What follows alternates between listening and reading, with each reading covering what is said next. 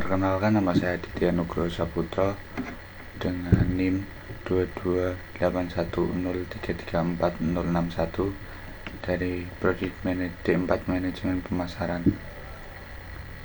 Di sini saya akan mempresentasikan tentang komunikasi interpersonal. Komunikasi interpersonal adalah proses pertukaran informasi dan ide dan perasaan antara dua orang atau lebih melalui berbagai cara seperti bicara, tulisan, bahasa tubuh, ekspresi wajah. Ini merupakan peran penting dalam pembangunan hubungan yang sehat dan memperkuat konteks antar individu. Kenapa komunikasi sangat penting? Karena merupakan fondasi dari sebuah hubungan antara manusia. Melalui komunikasi, orang dapat memahami satu sama lain dan dapat menyelesaikan konflik, menyampaikan ide, membangun kerjasama. Tanpa komunikasi yang efektif, hubungan pribadi, hubungan profesional dalam dunia kerja, dan hubungan sosial akan terganggu, bahkan akan hancur.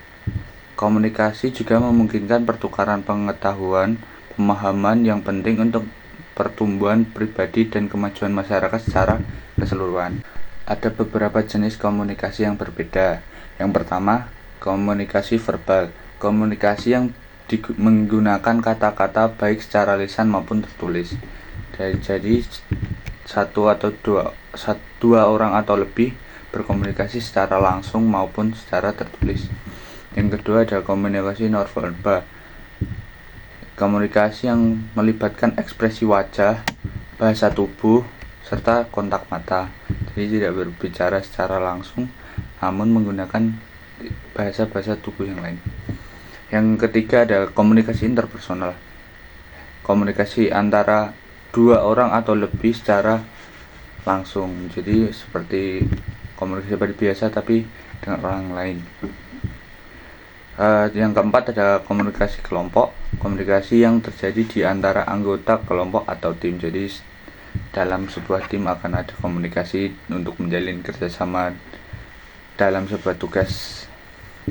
Yang berikutnya ada komunikasi formal. Komunikasi yang terstruktur dan berlangsung dalam konteks resmi seperti rapat atau presentasi. Jadi setiap kita rapat atau presentasi di dunia kerja maupun dunia pendidikan, kita harus menggunakan bahasa yang formal atau komunikasi secara formal. Yang berikutnya ada komunikasi informal. Komunikasi yang lebih santai, tidak terstruktur, sering kali terjadi dalam konteks sehari-hari. Jika kita berbicara dengan teman sesama gitu, kita melakukan komunikasi dengan cara informal. Tapi jika kita bertemu dengan orang yang masih baru atau yang lebih tua, kita lebih baik menggunakan komunikasi secara formal.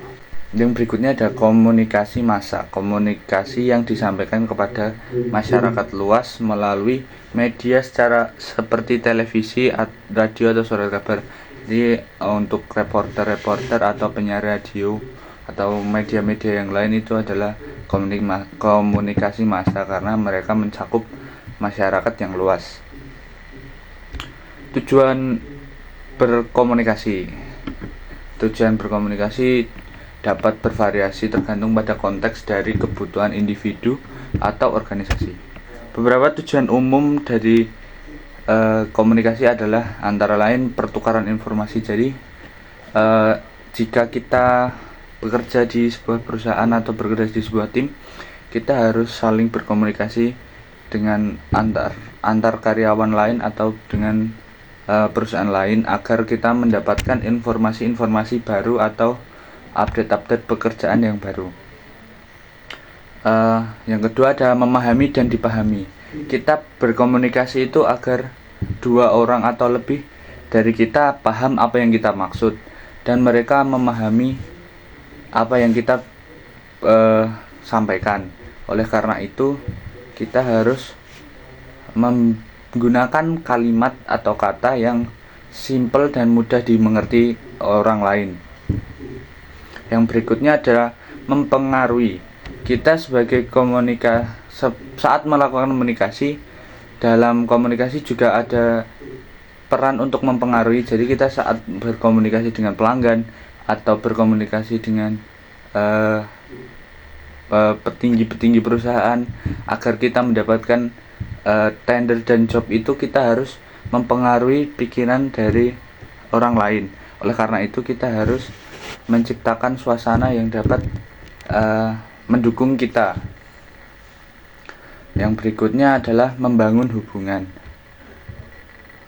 Membangun hubungan akan memperkuat hubungan antara individu dan kelompok. Jadi kita setiap individu atau hubungan kita di organisasi, kita harus menjalin hubungan yang baik agar terjadi kerjasama yang dapat membantu kita dalam situasi apapun. Yang berikutnya adalah menyelesaikan konflik. Dalam konteks ini, menyelesaikan konflik adalah jika kita menemukan masalah yang terjadi, kita dapat menyelesaikan dengan kepala dingin dan melakukan dengan cara berbicara atau komunikasi.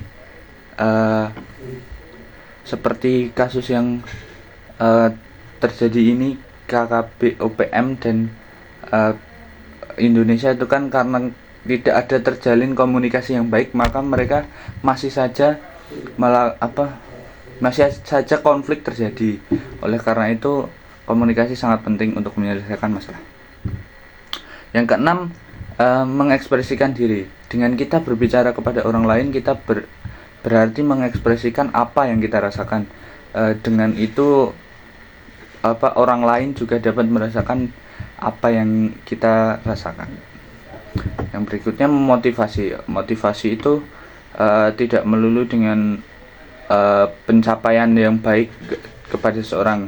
Kita sesama manusia yang memiliki karir biasa, kita dapat saling memotivasi.